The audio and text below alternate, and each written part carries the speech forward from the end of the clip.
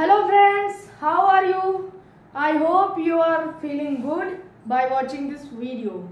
क्योंकि इस वीडियो में क्या होने वाला है, इस वीडियो में हम लोग पढ़ेंगे क्लास 9th, 8th नहीं, क्लास 9th साइंस का चैप्टर 1 क्या है? Matter in our surrounding. तो जो है अब हम लोग क्लास 9th में आ गए हैं और अभी आपके 1 अप्रैल से जो है क्लास स्टार्ट होगी क्लास 9th की।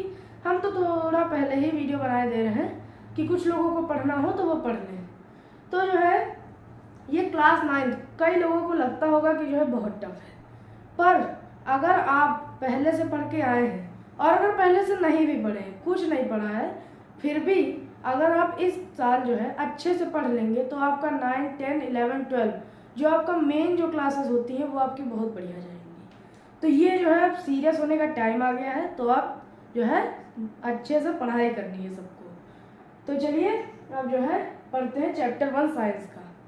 तो जो है ये जो चैप्टर है ना, मैटर इन आवर सराउंडिंग, और आगे आने वाले एक दूसरा चैप्टर भी, ये बिल्कुल बेसिक है। मतलब जैसे घर बनता है तो घर में दीवारें होती हैं, सब कुछ होता है, तो ये उस घर की नींव है। तो अगर आप नींव अच्छे से पढ़ेंगे, नींव जैसे ये चैप्टर है, नींव अगर एकदम मजबूत होगी तो घर 10 मंजिल तक बन जाता है।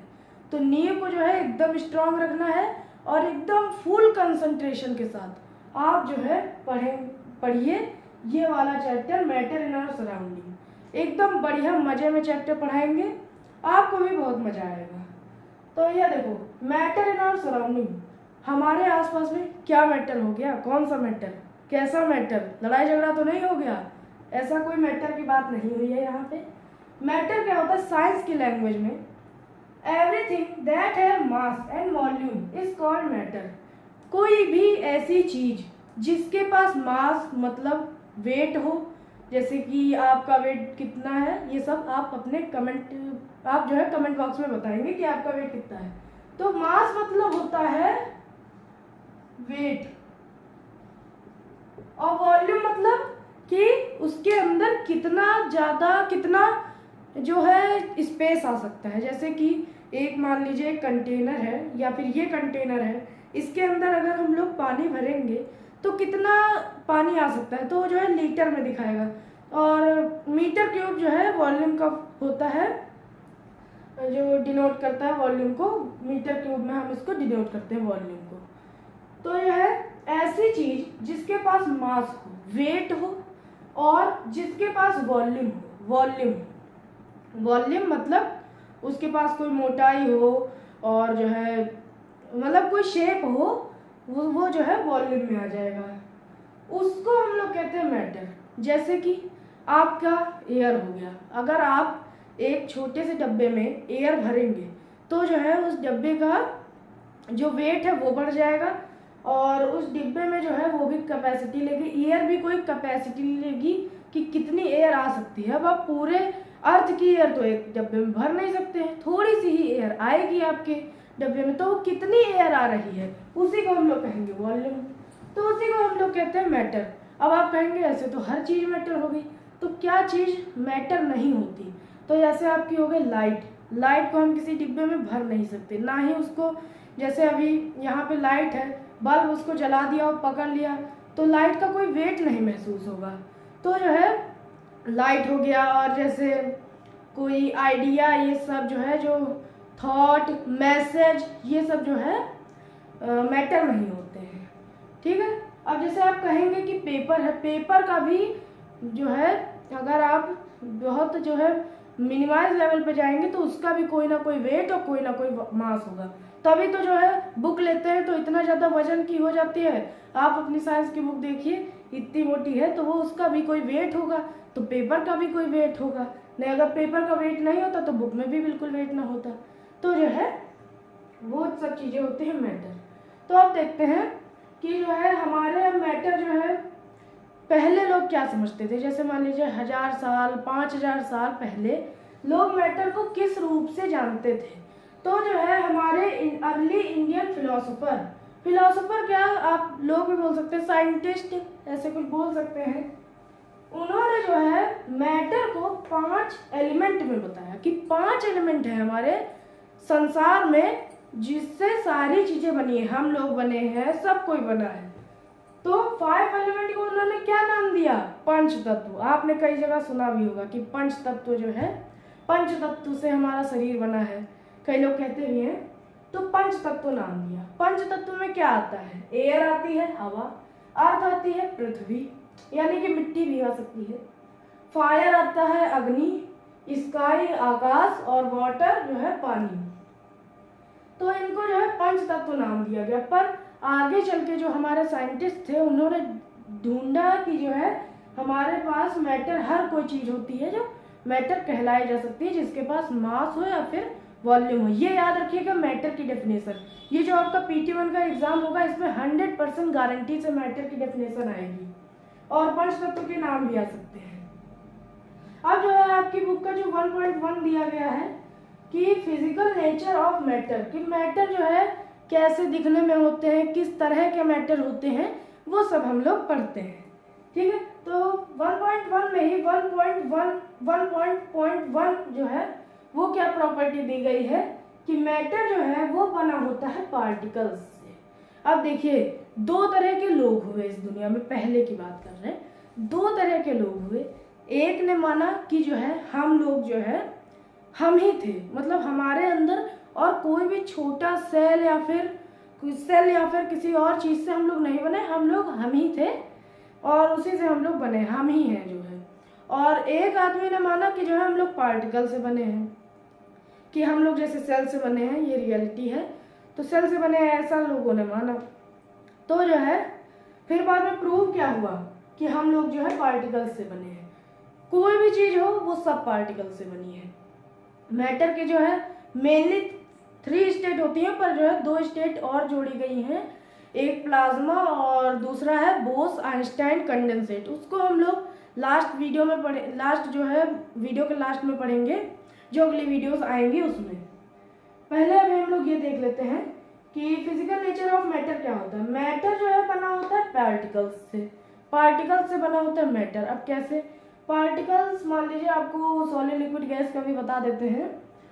ये जैसे ये बोर्ड है या फिर ये मार्कर है, मार्कर को अगर हम लोग एकदम जूम करते जाएंगे तो हमको कई सारे छोटे छोटे उभरे हुए चीजें मिलेंगी, छोटी छोटी मिलेंगी, और वो एकदम जो है पार्टिकल्स मिलेंगे, हम लोग उसको पार्टिकल्स कहते हैं। वो जो है एकदम सटे हुए लगे होंगे, तभी जो है ये सॉलिड है।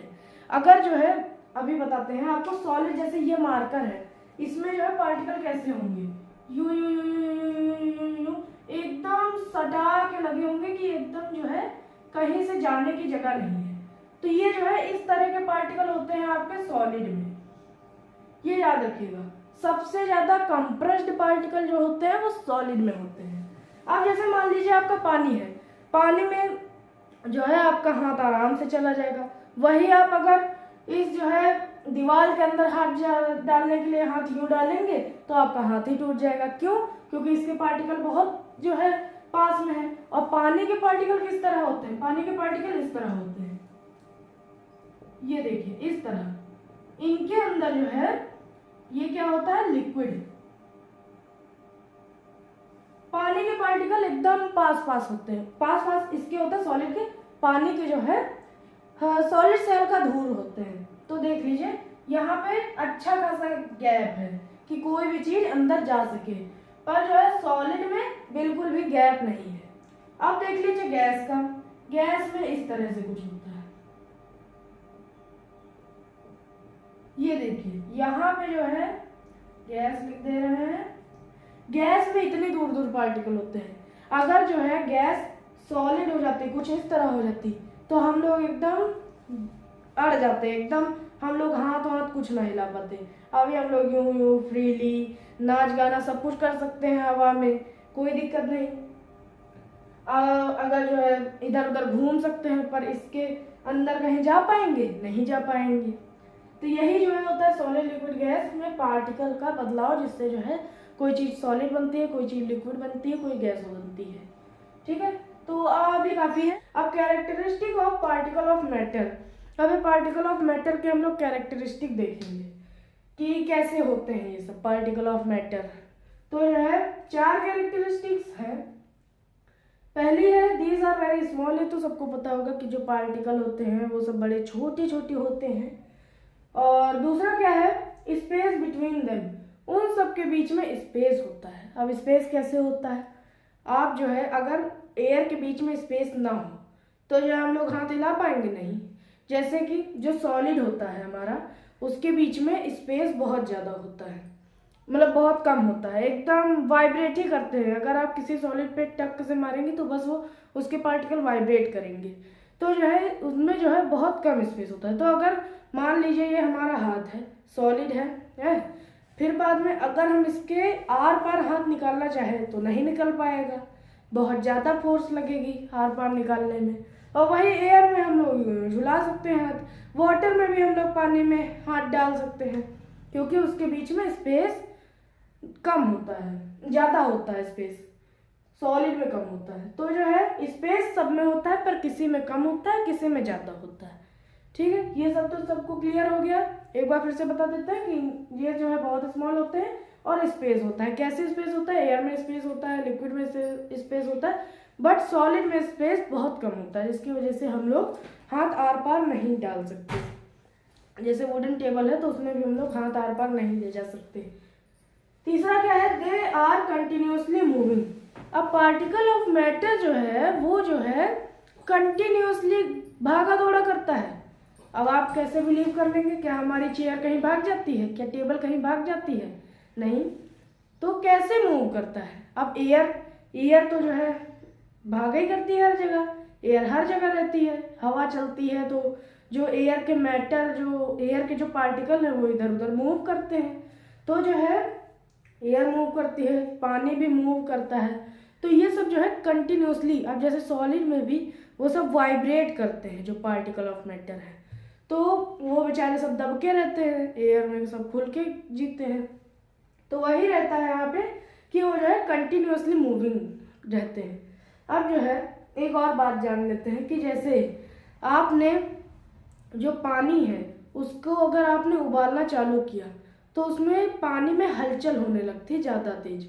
तो जो है हम लोग क्या कहेंगे, जो चीज़ मूव हो रही होती है उसमें जो फोर्स लगती है या फिर जो एनर्जी लगती है, बात ध्यान से सुनिएगा, जो चीज़ मूव हो रही हो उसमें जो फोर्स या फिर एनर्जी जो लगती है वो कौन सी एनर्जी होती है, वो होती है काइनेटिक एनर्जी। तो अगर हम लोग किसी चीज़ में हीट जो है बढ़ा दें या फिर टेम्परेचर इंक्रीज कर दें तो जो है काइनेटिक एनर्जी इंक्रीज हो जाएगी, मतलब पार्टिकल की स्पीड और ज़्यादा तेज हो जाएगी। और वही उसका उल्टा, अगर हम लोग किसी भी चीज़ को ठंडा कर दें, बहुत मतलब टेम्परेचर कम कर दें, ध्यान से सुनिएगा, तो जो है उसकी स्पीड धीरे हो जाएगी। और वहीं अगर हम लोग टेम्परेचर बढ़ा दें तो तेज हो जाएगी। ठीक है, स्पीड तेज हो जाएगी पार्टिकल की, ये याद रखिएगा। फोर्थ प्रॉपर्टी हमारी क्या है, they have force of attraction. मान लीजिए हमारी उंगली है या फिर पेन ले लेते हैं, मान लीजिए ये हमारा पेन है, ये जो है अब हम लोग इसको यूं करके तोड़ नहीं सकते। क्यों, क्योंकि ये सब जो पार्टिकल इसके अंदर है वो एक दूसरे से जुड़े हुए हैं, तो इसीलिए जो है वो सब एक दूसरे के बीच में अट्रैक्ट है। वही पानी भी जो है एक दूसरे के बीच में अट्रैक्ट है, पर वो डिवाइड हो जाता है क्योंकि उसमें जो है स्पेस है। वही इसमें बिल्कुल स्पेस नहीं, सब एकदम आपस में बाइंड है, तो ये जो है टूटेगा नहीं, ऐसे बिखरेगा नहीं, क्योंकि इनके बीच में कौन सी फोर्स है, फोर्स ऑफ अट्रैक्शन। याद कर लीजिएगा, फोर्स ऑफ अट्रैक्शन इनके बीच में है, तो उसी की वजह से ये सब जो है एक दूसरे में बाइंड है।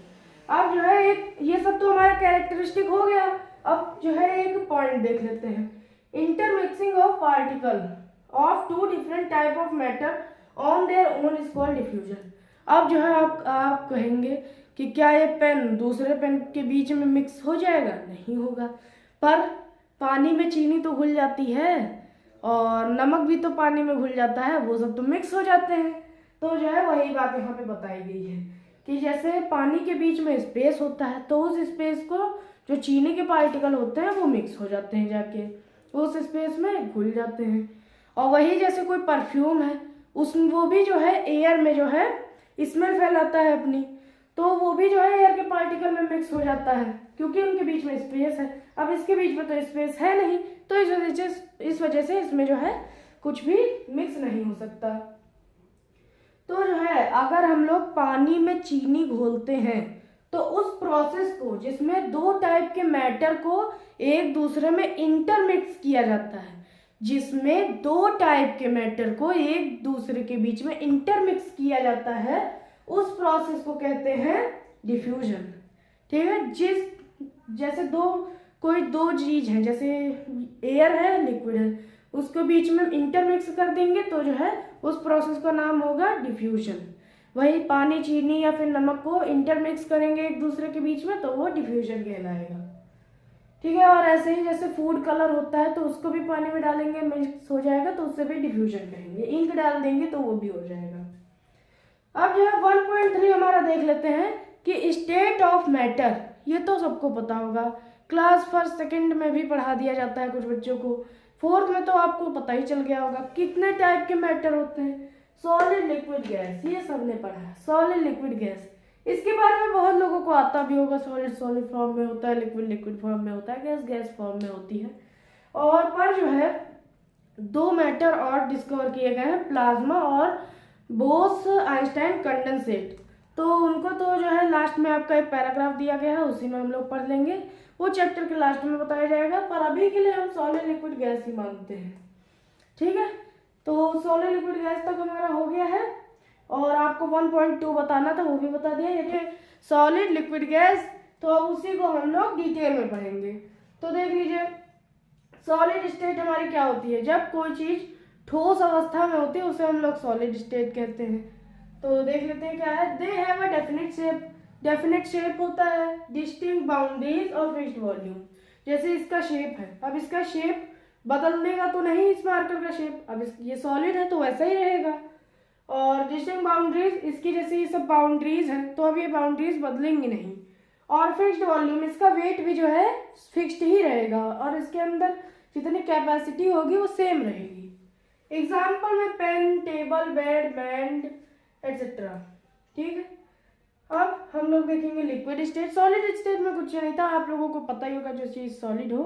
बस ये है कि जो है डेफिनेट शेप होता है, डिस्टिंक्ट बाउंड्रीज होती है और फिक्स्ड वॉल्यूम होती है। ठीक है, अब यहाँ पे देखेंगे हम लोग लिक्विड स्टेट। लिक्विड स्टेट में क्या होता है, जैसे वाटर आ गया, वो लिक्विड है, ये भी आपको पता होगा। तो लिक्विड स्टेट में आता है नो फिक्स्ड शेप। अब ऐसे शेप में वाटर तो रहेगा नहीं कि उठाएंगे तो पेन जैसा शेप बन जाएगा वाटर का, वाटर तो पूरा नीचे गिर जाएगा हाथ से उठाएंगे तो। No fixed shape but fixed volume.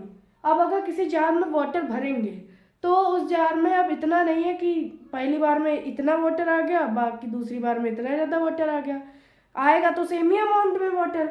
तो जो है वाटर का कोई शेप नहीं होता, लिख लीजिए पॉइंट बना के कि वाटर का कोई शेप नहीं होता, पर जो है फिक्स्ड वॉल्यूम होती है।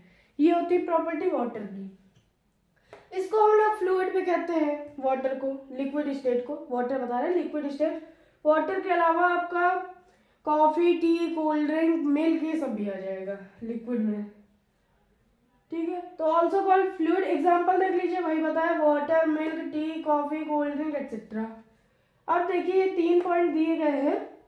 ऑक्सीजन जो है, जिसको हम लोग O2 भी कहते हैं, और कार्बन जिसको CO2 कहते हैं, वो जो है डिफ्यूज हो जाती है और डिजॉल्व हो जाती है लिक्विड में। ठीक है, ऑक्सीजन और कार्बन डाइऑक्साइड डिफ्यूज हो जाती है और डिजॉल्व हो जाती है लिक्विड में। कैसे? पानी में कैसे डिजॉल्व हो जाएगी? अब आप कहेंगे, अब जैसे कि आप देख लीजिए, जैसे पानी है उसमें मछलियाँ रहती हैं, तो मछलियाँ क्या पानी से सांस लेती है? नहीं, पानी में भी ऑक्सीजन होती है, उसी ऑक्सीजन को अपने गिल्स से जो है फिल्टर करके जो है फिर सांस लेती है ऑक्सीजन को। तो ऑक्सीजन भी डिजॉल्व हो जाती है, जैसे हमने एक्वेटिक एनिमल्स का एग्जांपल दिया, वो जो पानी में ऑक्सीजन होती है उससे जीते हैं, सांस लेते हैं। और कार्बन डाइऑक्साइड भी होती है पानी में, वो डिफ्यूज होती है और डिजॉल्व होती है लिक्विड में। लिक्विड में ये सब गैसेस डिजॉल्व हो सकती हैं। सेकेंड पॉइंट क्या है? Solid, liquid and gas can diffuse into liquid. Solid को हम लोग लिक्विड भी बना सकते हैं और गैस भी बना सकते हैं। सॉलिड को जैसे आप ले लीजिए, कोई चीनी ले लीजिए मान लीजिए, या फिर नमक ले लीजिए, नमक नहीं चीनी ही ले लीजिए, तो चीनी को जैसे पानी में डालेंगे तो वो पानी बन जाएगी, और जैसे उसको गर्म करेंगे तो जो है वो गैस बन जाएगी। ठीक है। और ये जो है, अब गैस को जैसे हम किसी पानी, वाटर वेपर, जैसे पानी को हमने खूब गर्म किया तो उसके जो गैस बन जाता है, इवेपोरेट हो जाता है पानी, तो वो भी इसी का एग्जाम्पल है। और गैस भी जो है वो सॉलिड में बन सकता है। कैसे? उसी अगर गैस जो वाटर वेपर है उसको अगर हम लोग बहुत ज़्यादा ठंडा करें तो वो जो है हमारा सॉलिड हो जाएगा। और सॉलिड में जैसे ice is the best example. Ice को गर्म करेंगे तो लिक्विड हो जाएगा, लिक्विड और गर्म करेंगे तो गैस हो जाएगा। उसी तरह गैस को ठंडा करेंगे लिक्विड हो जाएगा, लिक्विड को और ठंडा करेंगे आइस हो जाएगा। वही है, वही बताया गया कि लिक्विड में, लिक्विड सॉलिड भी बन सकता है, आइस भी लिक्विड बन सकता है, और गैस भी जो है लिक्विड बन सकता है। कैसे, ये भी बता दिया। अब एक पॉइंट हम लोग एक और देख लेते हैं, rate of diffusion of liquid. Diffusion मतलब जितना घुलने की शक्ति, जो जैसे चीनी घुल जाती है लिक्विड में तो वो जो, उसे हम लोग कहते हैं डिफ्यूजन। तो जितना रेट होता है डिफ्यूजन का वो लिक्विड में वो हाई होता है सॉलिड में। अब जैसे ये मान लीजिए ये है, इसमें हम चीनी घोलने की कोशिश करेंगे, खूब चीनी टकराएंगे इससे, पर चीनी इसके अंदर नहीं मिक्स हो पाएगी। क्यों? क्योंकि इसके पार्टिकल टाइटली पैक्ड हैं।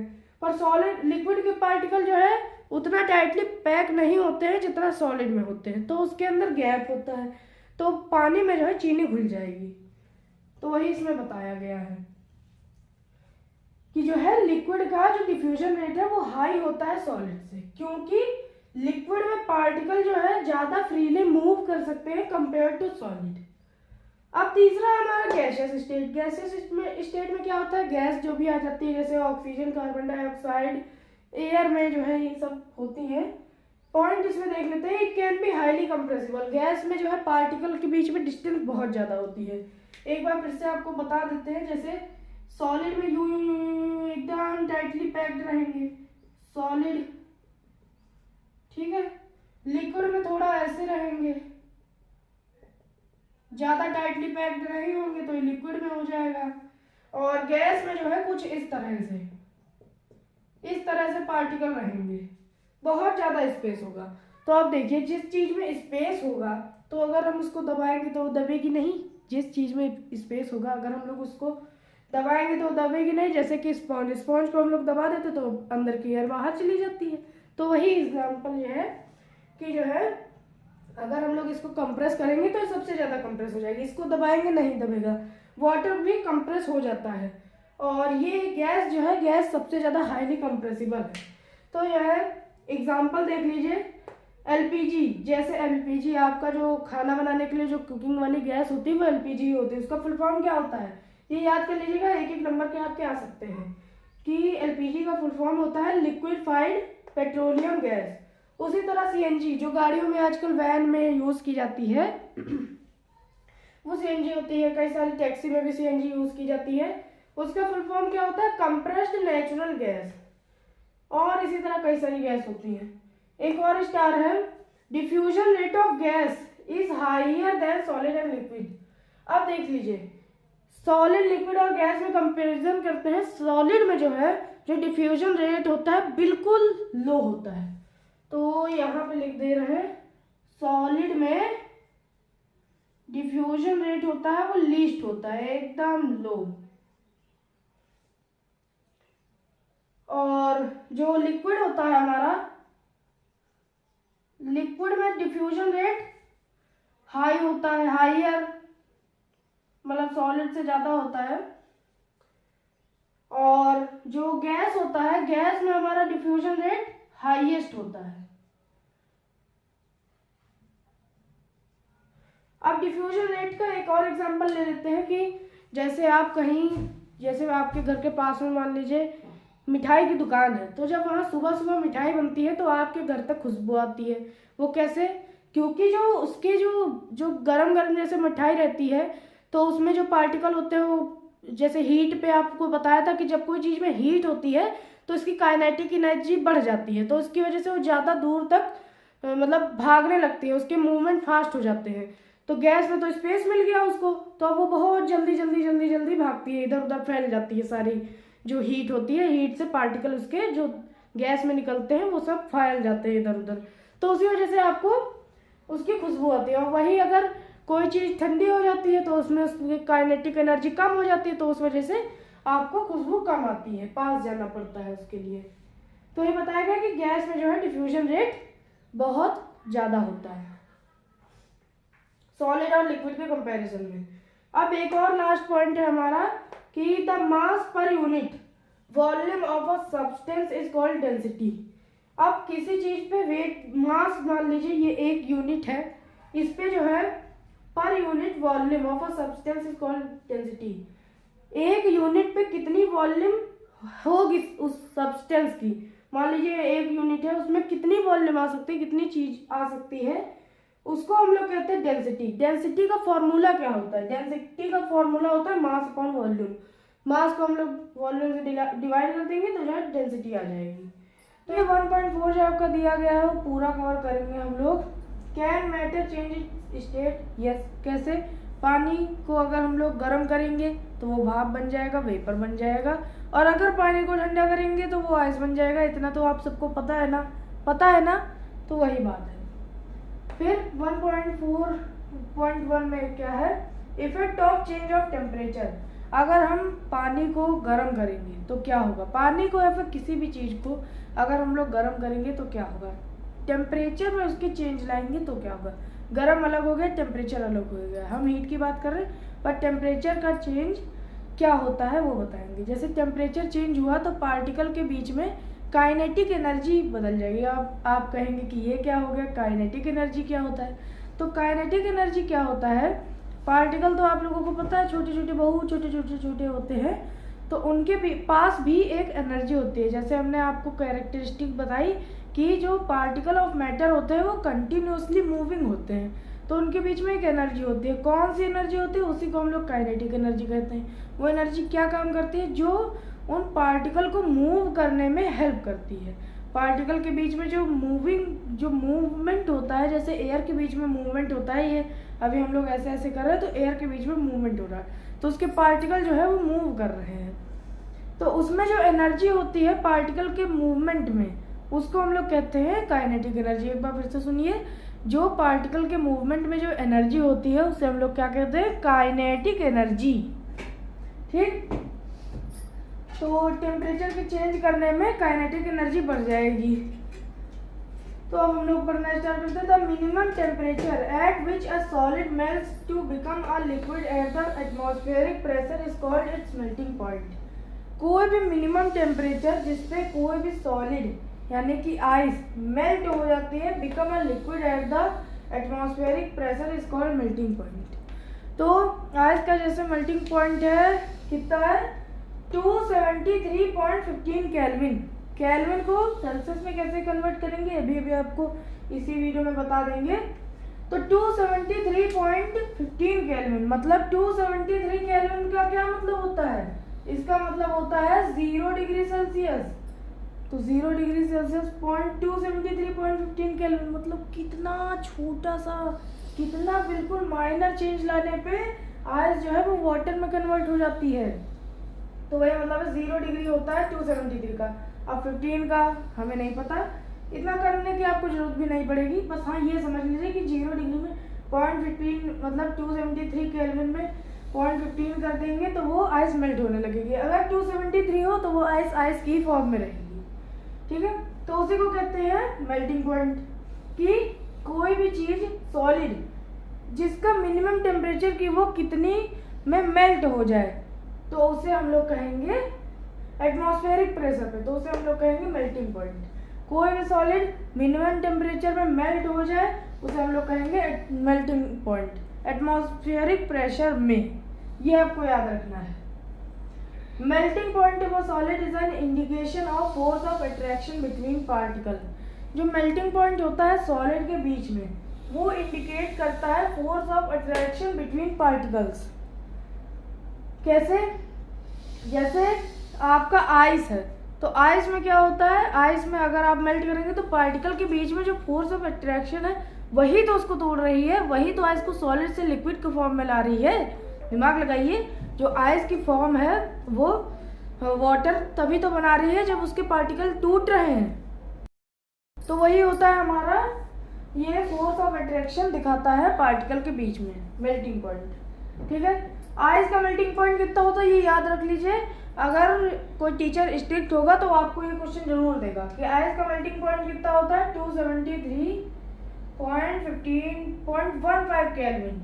ठीक है, 0 डिग्री पे आइस वाटर आइस बन जाता है और 273 मतलब 0 डिग्री होता है, पर उसमें 0.15 कर देंगे तो वो वाटर में कन्वर्ट हो जाएगा। अब यहाँ पे heat absorbed by ice without showing any rise in temperature, it is considered that ice gets hidden into the content of vapour and is known as latent heat. तो जो हीट एब्जॉर्ब की जाए ice के द्वारा, 1 kg में जो heat absorb की जाए, 1 किलो मान लीजिए आइस है, उसको जो हम लोगों ने टेम्परेचर दिया, तो जितना टेम्परेचर लगा 1 kg आइस को वाटर में कन्वर्ट करने में, उसे हम लोग कहेंगे लेटेंट हीट, जिसमें उसका टेम्परेचर बिल्कुल ना चेंज हुआ। एक बार फिर से बताते हैं, 1 kg आइस ली हम लोगों ने, मान लीजिए ये 1 kg आइस है हमारे हाथ में, इसको हमने नीचे बर्नर रख दिया, हीट देना हम लोगों ने स्टार्ट किया आइस को। ठीक है, 1 kg आइस थी, हम लोगों ने हीट देना स्टार्ट किया, तो क्या हुआ, धीरे धीरे वो आइस जो है धीरे धीरे पिघलने लगी हीट देने के दौरान। तो जब वो पूरी तरह वाटर में कन्वर्ट हो जाएगी तब हम लोगों को तुरंत बेकर बंद कर देना है, और फिर उसकी जो हीट होगी उसको हम लोगों को नापना है कि कितनी हीट उसमें गई, तो उसी को हम लोग कहेंगे लेटेंट हीट।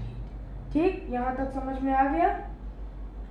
अब वाटर का टेम्परेचर भी ना बढ़ा हो, क्योंकि अगर हम लोगों ने वाटर में कन्वर्ट हो गई और फिर भी उसे गर्म करते गए तो धीरे धीरे वाटर का भी टेम्परेचर बढ़ जाएगा, तो उसे जो है हम लोग थोड़ी और ज़्यादा हीट लग जाएगी, पर वो लेटेंट हीट नहीं कहलाएगी। ठीक है, समझ में आ गया होगा आपको।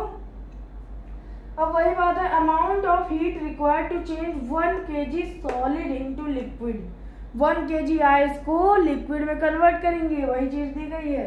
एट एटमॉस्फेरिक प्रेशर, ये आपको हर जगह दिया गया होगा कि एटमॉस्फेरिक प्रेशर पे आपको सारी चीजें दी गई होंगी। 1 kg सॉलिड को लिक्विड में कन्वर्ट करेंगे at its melting point is known as latent heat of fusion. ठीक है, लेटेंट हीट ऑफ फ्यूजन होता है कि जिसमें कोई मैटर चेंज हो रहा हो दूसरे अपनी फॉर्म में, मतलब वो अपने क्या होता है 3 फॉर्म ऑफ मैटर होते हैं, तो उसमें वो वाटर से गैस बन रहा हो, वाटर से गैस बन रहा हो और सॉलिड से वाटर बन रहा हो, तो उसमें जो है उसे कहेंगे लेटेंट हीट ऑफ फ्यूजन।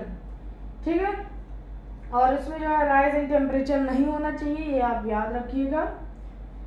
अब यहाँ पे क्या होता है, यहाँ पे आपको एक और बात बता दें कि जैसे मान लीजिए आपको दिया गया है 300 केल्विन, ठीक है, इसको आपको कन्वर्ट करना है सेल्सियस में।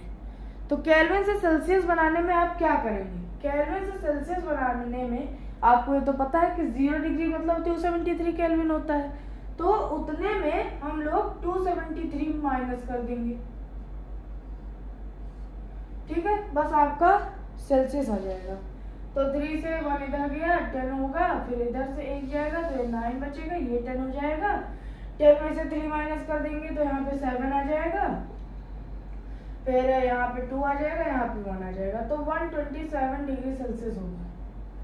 ठीक, इतना होगा, तो माइनस कर देंगे। और अगर मान लीजिए 100 ले लेते हैं, 100 डिग्री सेल्सियस आपको दिया गया है, इसको आपको क्या करना है केल्विन में कन्वर्ट करना है, तो इसको माइनस किए थे हम लोग और यहीं पे इसको प्लस कर देंगे, तो यहाँ पे 3 7 3, ये लीजिए, बहुत आसान था, बस आप यही समझ लीजिए, इससे आपके सारे क्वेश्चन हो जाएंगे।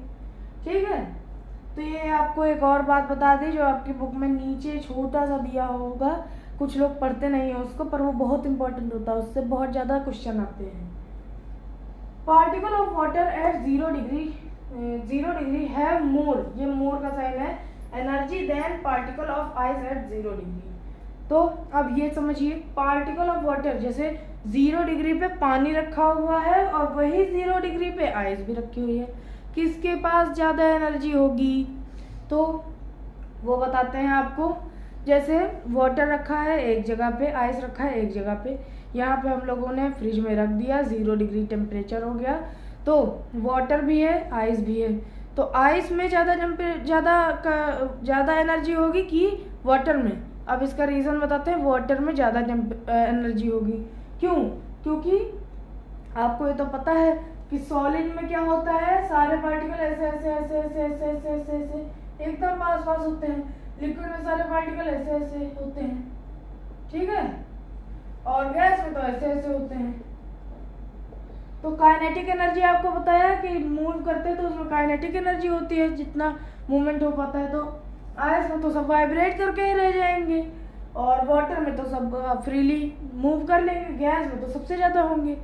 तो जो है आइस में देखिए मूवमेंट ज़्यादा नहीं हो पा रहा है, तो काइनेटिक एनर्जी कम होगी, तो इसका मतलब इसमें एनर्जी कम होगी। और वाटर में मूवमेंट हो पा रहा है तो एनर्जी होगी। तो आइस के कंपैरिजन में, ये सुनिएगा, आइस के कंपैरिजन में वाटर में ज़्यादा एनर्जी होगी, आइस के कंपैरिजन में वाटर में ज़्यादा एनर्जी होगी। वही अगर 0 डिग्री सेल्सियस पे आपने गैस रख दिया तो गैस में ज़्यादा एनर्जी होगी सॉलिड और लिक्विड को कंपैरिजन में, क्योंकि उसमें तो भैया सब उड़ ही रहे हैं सारे पार्टिकल, उनको तो एकदम आज़ादी से जी रहे हैं, तो उनके तो मज़े हैं सबके। तो वही बात है यहाँ पे, more energy than particle of ice at 0 degree celsius, ये आपको बता दिया। अब यहाँ पे temperature at which liquid start boiling at atmospheric pressure is known as boiling point. Liquid जितने टेम्परेचर पे बॉयल करना स्टार्ट कर देता है उसको हम लोग कहते हैं बॉइलिंग पॉइंट। जैसे वाटर का शायद 100 डिग्री सेल्सियस बॉइलिंग पॉइंट होता है, ठीक है। और बॉइलिंग जो है बल्क फिनोमिना होगा, ऐसा नहीं कि एक साइड पे वाटर रखा है दूसरी साइड पे वही गरमाया जा रहा है तो वो उबलने लगा, और जो कोने में कंटेनर के रखा है वो नहीं उबला, सारा उबलेगा तो सारा वाटर उबलेगा, ठीक है, तो वो बल्क में होगा, तो उसे बल्क फिनोमिना कहेंगे।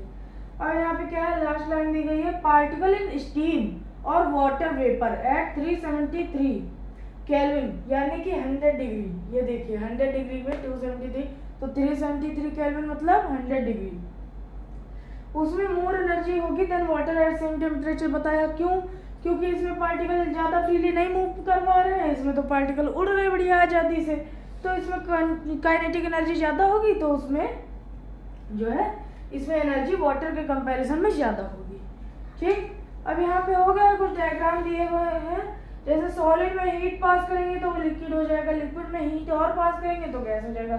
वही अगर हम लोग गैस में और ठंडा कर देंगे, टेम्परेचर कम कर देंगे, फ्रिज में रख देंगे तो वाटर हो जाएगा, वाटर को भी अगर हम लोग और ठंडा कर देंगे तो सॉलिड हो जाएगा। ये तो बड़ा आसान सा था। यहाँ पे ये बड़ा इंपॉर्टेंट है, ये हो सकता है आपको एग्जाम में 5 या फिर 10 नंबर का भी बनाने का आ सकता है कि सॉलिड है, मान लीजिए सॉलिड को अगर हम लोग लिक्विड में कन्वर्ट करेंगे तो उसे क्या कहते हैं, fusion. Latent heat of fusion अभी बताया वही। और फिर जो है वही लिक्विड को अगर हम लोग सॉलिड में कन्वर्ट करें तो उसे क्या कहेंगे, सॉलिडिफिकेशन। सॉलिड को लिक्विड में कन्वर्ट करेंगे, बोलिए 3 बार, सॉलिड को लिक्विड में कन्वर्ट करेंगे फ्यूजन, सॉलिड को लिक्विड में कन्वर्ट करेंगे फ्यूजन, सॉलिड को लिक्विड में कन्वर्ट करेंगे फ्यूजन, और वही लिक्विड को सॉलिड में कन्वर्ट करेंगे सॉलिडिफिकेशन, लिक्विड को सॉलिड में कन्वर्ट करेंगे सॉलिडिफिकेशन, लिक्विड को सॉलिड में कन्वर्ट करेंगे सॉलिडिफिकेशन, ठीक। लिक्विड को गैस में कन्वर्ट करेंगे वेपोराइजेशन, ये तो सबको पता होगा, लिक्विड को गैस में कन्वर्ट करेंगे वेपोराइजेशन, लिक्विड को गैस में कन्वर्ट करेंगे वेपोराइजेशन। वही अगर हम लोग गैस को लिक्विड में कन्वर्ट करेंगे कंडेंसेशन, गैस को लिक्विड में कन्वर्ट करेंगे कंडेंसेशन, गैस को लिक्विड में कन्वर्ट करेंगे कंडेंसेशन। अगर हम लोग सॉलिड को डायरेक्ट गैस बना दें, सॉलिड को एकदम डायरेक्ट गैस ही बना दें तो उसको हम लोग क्या कहेंगे, सब्लिमेशन। सॉलिड को डायरेक्ट गैस बनाएंगे सब्लिमेशन, सॉलिड को डायरेक्ट गैस बनाएंगे सब्लिमेशन। वही अगर हम लोग गैस को एकदम डायरेक्ट ही सॉलिड बना दें तो इसको कहेंगे डिपोजिशन। गैस को डायरेक्ट सॉलिड बनाएंगे डिपोजिशन, गैस को डायरेक्ट सॉलिड बनाएंगे डिपोजिशन। तो यदि आज की वीडियो आपको हमें लगता है अच्छी लगी होगी, बहुत ज़्यादा आपका इस वीडियो में कवर किया गया है, तो इसको भी देख लीजिएगा ज़रूर। जिन्होंने नहीं है, पार्ट 4 में क्या पढ़ा था कि जो है इफेक्ट ऑफ टेम्परेचर क्या होता है मैटर पे। तो जो है उसी चीज़ को हम लोग देखेंगे कि अगर हम लोग प्रेशर बढ़ा दें किसी सॉलिड, लिक्विड या फिर गैस में, प्रेशर अगर हम लोग बढ़ाएं या फिर घटाएं, क्या करेंगे, तो कैसा, मतलब प्रेशर बढ़ाएं घटाएं तो कैसा क्या होगा मैटर के साथ, वही देखेंगे। तो जो है ड्राई आइस क्या होता है। ड्राई आइस एक टाइप की आप ऐसी आइस होती है जिसे आप हाथ में लेंगे तो सब धुआं धुआं हो जाएगा एक जगह पे, मतलब सॉलिड के फॉर्म में होती है, पर वो जैसे ही नॉर्मल टेम्परेचर पे आती है तो जो है वो इवेपोरेट होना स्टार्ट कर देती है। तो ड्राई आइस जो है उसमें कार्बन डाइऑक्साइड को ही जो है जब हम लोग प्रेशराइज कर देते हैं, टेम्परेचर कम कर देते हैं, तब जो है ड्राई आइस बन जाती है। तो जो है सॉलिड कार्बन डाइऑक्साइड जिसको हम लोग कहते हैं ड्राई आइस, इसको स्टोर करते हैं हम लोग हाई प्रेशर में, बहुत ही ज़्यादा हाई प्रेशर में हम लोग स्टोर करते हैं। और ये कब कन्वर्ट होती है गैस में, कब कन्वर्ट होती है, ये नोट करने वाला पॉइंट है, जब जो है हम लोग प्रेशर डिक्रीज कर देते हैं, कितना, 1 एटमॉस्फेयर। 1 एटमॉस्फेयर जब प्रेशर डिक्रीज कर देंगे तब ये भैया गैस बनना स्टार्ट कर देगी। केवल 1 एटमॉस्फेयर प्रेशर में ये गैस बनना स्टार्ट कर देती है। अब एटमॉस्फेयर क्या होता है, एटमॉस्फेयर, 1 एटमॉस्फेयर क्या हो गया, एटमॉस्फेयर तो हमने पढ़ा था कि एक गैस, मतलब एक लेयर होती है अर्थ के ऊपर। 1 एटमॉस्फेयर ये क्या मतलब, तो देखिए एटमॉस्फेयर को हम लोग एटीएम भी लिख सकते हैं। एटीएम वो वाला नहीं जिससे पैसे निकालते हैं, ये दूसरा है एटमॉस्फेयर को डिनोट करने के लिए एटीएम। तो इसकी यूनिट क्या होती है, measuring pressure exerted by gas. तो ये जो है क्या हम लोग नापते हैं एटमॉस्फेयर से कि कितना प्रेशर एक्सर्ट किया गया है किसी गैस के द्वारा, कितना प्रेशर एक्सर्ट किया गया है किसी गैस के द्वारा, ठीक है। तो इसको कैसे क्या लिखते हैं एटमॉस्फेयर को, जब कोई प्रेशर की यूनिट क्या होती है, पास्कल। तो प्रेशर की यूनिट होती है पास्कल, इसको हम लोग पीए भी लिख सकते हैं। तो अब हमने बताया 1 एटमॉस्फेयर। अब 1 एटमॉस्फेयर क्या होता है, 1 एटमॉस्फेयर होता है 1.01 इंटू 10 की पावर 5 पास्कल। ये भी क्वेश्चन में आ सकता है कि जो है 1 एटमॉस्फेयर इज इक्वल टू, तो होगा 1.01 इंटू 10 की पावर 5 पास्कल, ठीक है। तो ये बता दिया एटमॉस्फेयर होता है, उसको जो है क्या होता है, यूनिट होती है प्रेशर मेजर करने की, कितना एक्सर्ट किया गया है गैस के द्वारा, और प्रेशर की यूनिट क्या होती है, पास्कल, और 1 एटमॉस्फेयर होता है 1.01 इंटू 10 की पावर 5 पास्कल, ठीक है। अब जो है प्रेशर इन एयर, तो एटमॉस्फेरिक प्रेशर, तो जो हमारे हवा में जो प्रेशर होता है उसे हम लोग कहते हैं एटमॉस्फेरिक प्रेशर। वही आपको तो पता ही होगा, जो हमारे वातावरण में इस समय प्रेशर है, जो भी अर्थ पे रह रहा है इस समय, उसके ऊपर जो प्रेशर पड़ रहा है वो एटमॉस्फेरिक प्रेशर है। और ये प्रेशर जो सी लेवल पे होता है वो 1 माना जाता है, 1 नॉर्मल एटमॉस्फेरिक प्रेशर। सी लेवल पे प्रेशर 1 होता है और कितना क्या कहा जाता है, नॉर्मल एटमॉस्फेरिक प्रेशर, ठीक। अब जब हम लोग प्रेशर को इंक्रीज करेंगे तो और टेम्परेचर को डिक्रीज करेंगे तो क्या होगा, कोई भी गैस लिक्विफाई हो जाएगी, जैसे ऑक्सीजन है, कार्बन डाइऑक्साइड है, और एक सीएनजी भी आने लगी है, एलपीजी भी आने लगी है। तो वो जो है इसी क्या होता है कि सीएनजी क्या होता है, आपकी गाड़ी में यूज़ की जाती है, एलपीजी क्या होता है, खाना बनाने के लिए यूज़ किया जाता है। तो वही होता है कि जो है इनका प्रेशर इंक्रीज कर देते हैं और टेम्परेचर डिक्रीज कर देते हैं, तो सब क्या लिक्विड फॉर्म में हो जाती हैं। एग्जाम्पल एलपीजी, एलपीजी का फुल फॉर्म क्या होता है, लिक्विफाइड पेट्रोलियम गैस, एमसीक्यू में आ सकता है। सीएनजी का फुल फॉर्म क्या होता है, कंप्रेस्ड नेचुरल गैस, ठीक है। अब देखिए ये हमारा हो गया 1.4.2 वाला। अब हम 1.5 पे जाएंगे, फिर बाद में बस हम लोग वही अपना ये सब पढ़ेंगे। तो इवेपोरेशन, इवेपोरेशन क्या होता है, ये सबको पता होगा कि जो वो जो पानी होता है वो भाप बनता है, तो उसे हम लोग प्रोसेस को इवेपोरेशन कहते हैं। तो conversion of water into vapour is called evaporation, ठीक है। अब जो है हम लोग इवेपोरेशन को कैसे इंक्रीज कर सकते हैं। मान लीजिए हम लोगों ने कपड़े सुखाने के लिए डाल दिए, अब उन सबको हम लोग चाहते हैं कि जल्दी सूख जाए, तो वो कैसे सुखाया जाएगा। इवेपोरेशन तो होता ही है, ये तो सबको पता होगा कैसे सूखते हैं कपड़े। इवेपोरेशन होता है, जो पानी होता है वो भाप बन के वातावरण में चला जाता है। तो उसी को अगर हम लोग जल्दी करना चाहें तो कैसे करें, तो जो है हम लोग सरफेस एरिया में इंक्रीज कर देंगे। मान लीजिए आपने एक कटोरी भर पानी रख दिया और उसको धूप में रखा, और दूसरी ही साइड पे एक कटोरी पानी लिया और उसको जमीन पे फैला दिया और उसी चीज को धूप में कर दिया, तो क्या होगा। कटोरी का पानी पहले सूखेगा कि जो जमीन पे पड़ा हुआ पानी है। जमीन पे पड़ा हुआ पानी पहले सूख जाएगा, क्योंकि उसमें इवेपोरेशन ज़्यादा जल्दी होगा, क्योंकि ज़्यादा सरफेस एरिया इंक्रीज हो जाएगी, तो वो जो है सराउंडिंग की जो एनर्जी है वो ज़्यादा एब्जॉर्ब करेगा और जल्दी टेम्परेचर बढ़ेगा और वो जल्दी ही जो है इवेपोरेट हो जाएगा। ठीक है, तो वही होता है कि अगर हम लोग सरफेस एरिया को बढ़ाएं तो जो है इंक्रीज हो जाएगा हमारा इवेपोरेशन। एक बार फिर से बताते हैं। एक कटोरी पानी लिया, उसको रख दिया, वहीं पे एक कटोरी जितना पानी को हम लोगों ने जमीन पे डाल दिया।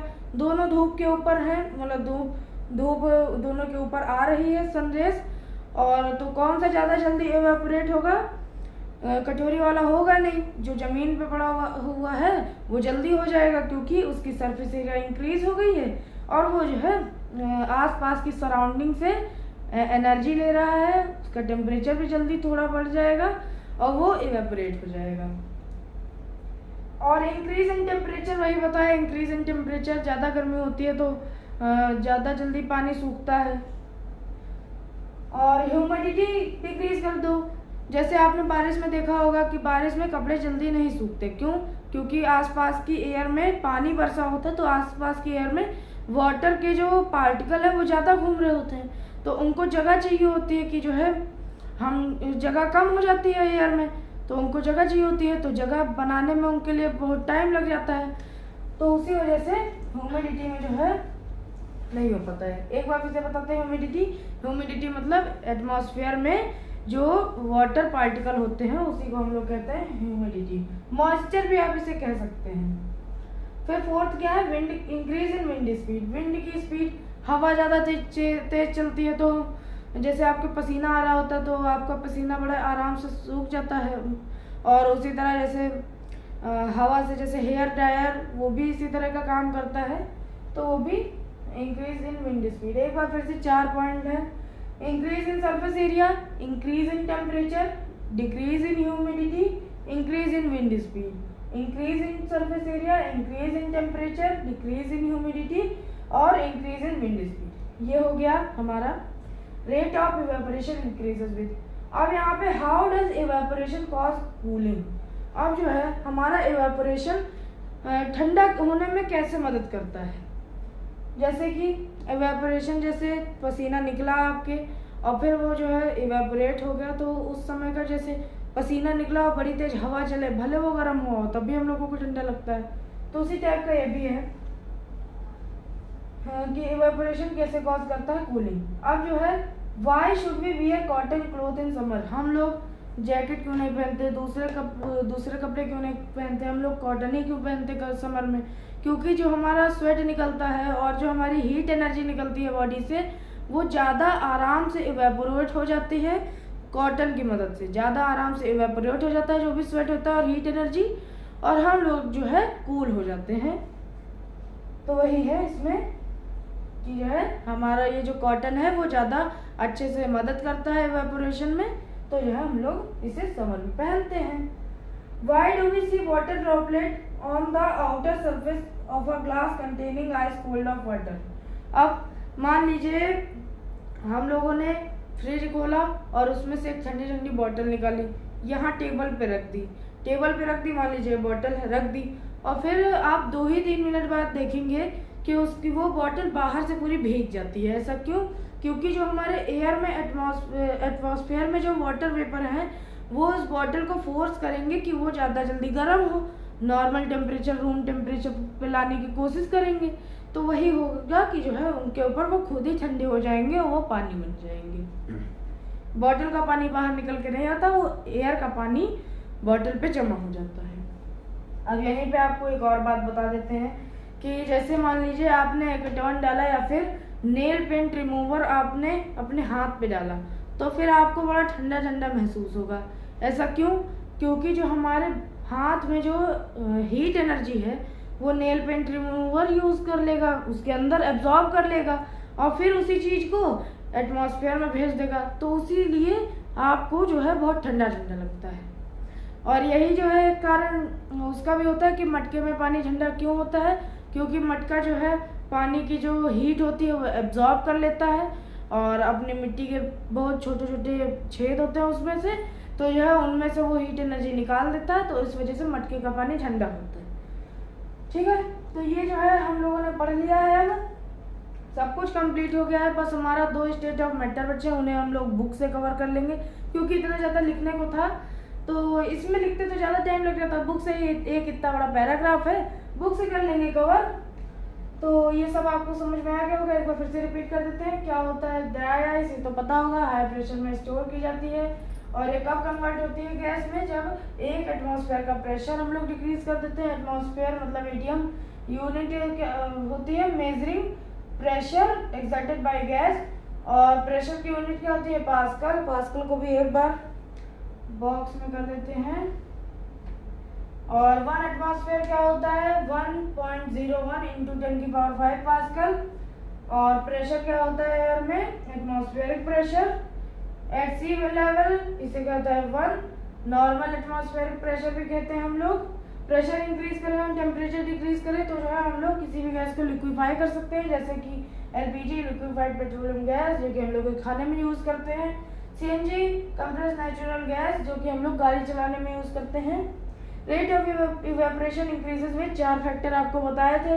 Increase in surface area, increase in temperature, decrease in humidity. ये याद रखिएगा, एक ही डिक्रीज है बाकी 3 इंक्रीज हैं। Increase in surface area, increase in temperature, decrease in humidity और इंक्रीज इन विंड स्पीड। और फिर how does evaporation cause cooling, ये आपको बता दिया। नेल पेंट डालेंगे तो हीट एब्जॉर्ब कर लेगा पाम की और उसे इवेपोरेट कर देगा। Why should we wear cotton cloth in summer, वही बताया कि स्वेट हमारा ले लेगा और फिर बाद में वो इवेपोरेट कर देगा, तो हम लोग ठंडा महसूस करेंगे ज़्यादा।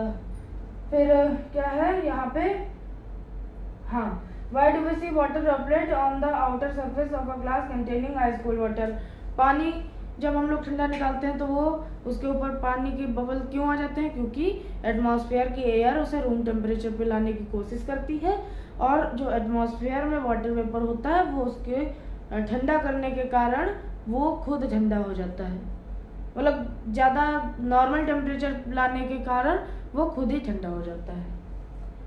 तो let's learn about 4th and 5th state of matter. ये 4th और 5th स्टेट ऑफ मैटर क्या है, अभी तो हमने बताया कि 3 ही मैटर होती है, पर 4th और 5th स्टेट कौन सी हो गई।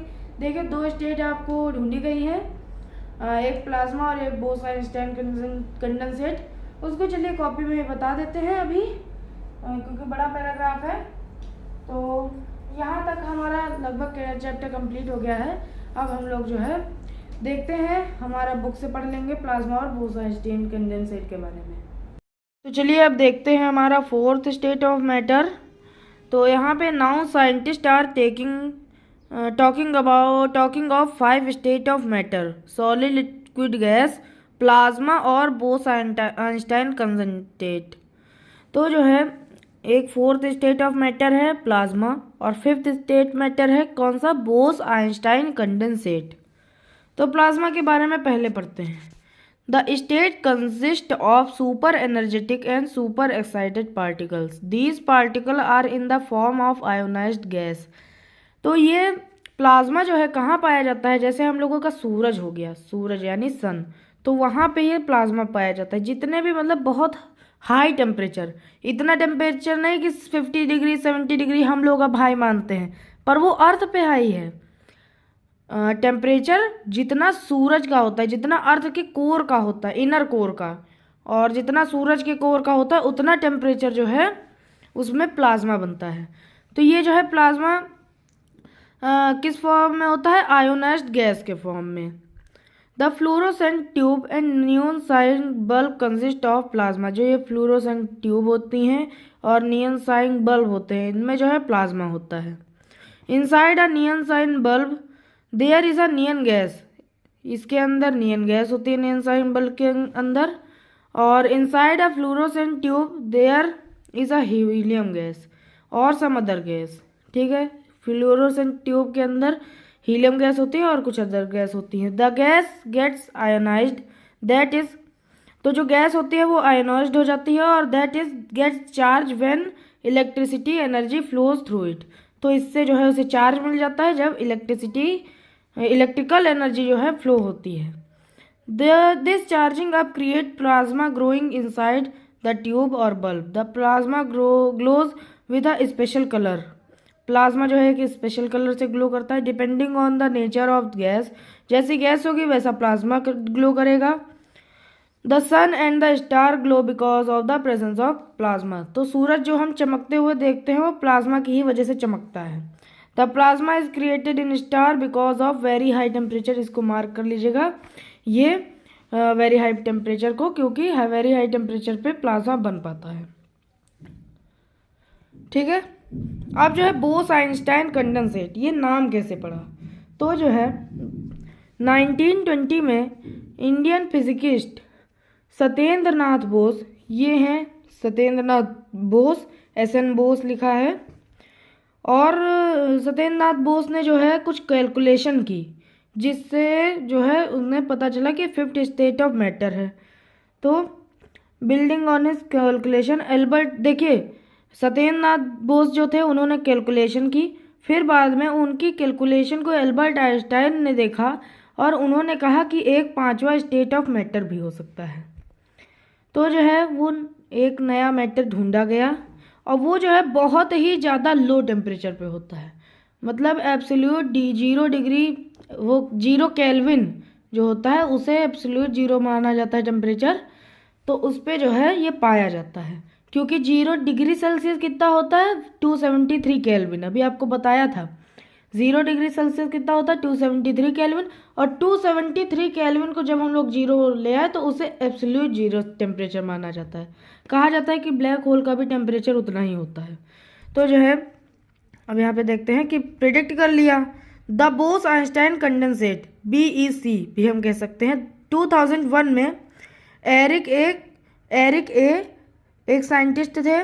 2001 में एरिक ए कॉर्नेल और वॉल्फगैंग केटरले और Carl E Wieman of USA receive the Nobel prize in physics for achieving Bose Einstein condensate. तो उन्होंने जो है बहुत ही ठंडे टेम्परेचर पे जाकर मैटर को देखा तो उनको बोस आइंस्टाइन कंडेंसेट मिल गया। कौन कौन थे? एरिक ए कॉर्नेल, एरिक ए कॉर्नेल एक इंसान का नाम है, वॉल्फगैंग केटरले एक इंसान का नाम है और कार्ल ई एक इंसान का नाम है। तो ये 3 लोग थे, इनको जो है नोबेल प्राइज मिला किसमें? फिजिक्स में, अचीव करने के लिए बोस आइंस्टाइन कंडेंसेट। मतलब बताइए पूरी दुनिया मैटर से बनी है, हर चीज़ मैटर से बनी है और उसमें हम लोगों ने एक और नया टाइप का मैटर ढूंढ लिया। तो ये कितनी बड़ी अचीवमेंट थी हम लोगों के लिए। तो ये जो है बहुत बड़ी अचीवमेंट हम लोगों के लिए निकली। तो इससे जो है इनको क्या मिला?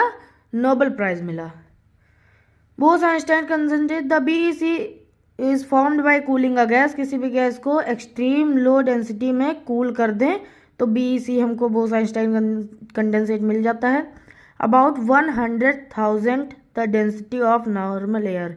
मतलब जो नॉर्मल एयर है 1 एटमॉस्फेयर हम लोग कहते हैं जिसको, तो जो है उसको जो है हम क्या करेंगे 100 या फिर 1000 कर दे नॉर्मल एयर की डेंसिटी। इतना कर दे कि जितनी नॉर्मल मान लीजिए इतने में एक एयर है, इसी में अगर इसके 1000 गुना एयर इतने ही पार्ट में आ जाए, इतनी डेंस हो जाए, तब जो है हमारा बनता है बोस आइंस्टाइन कंडेंसेट।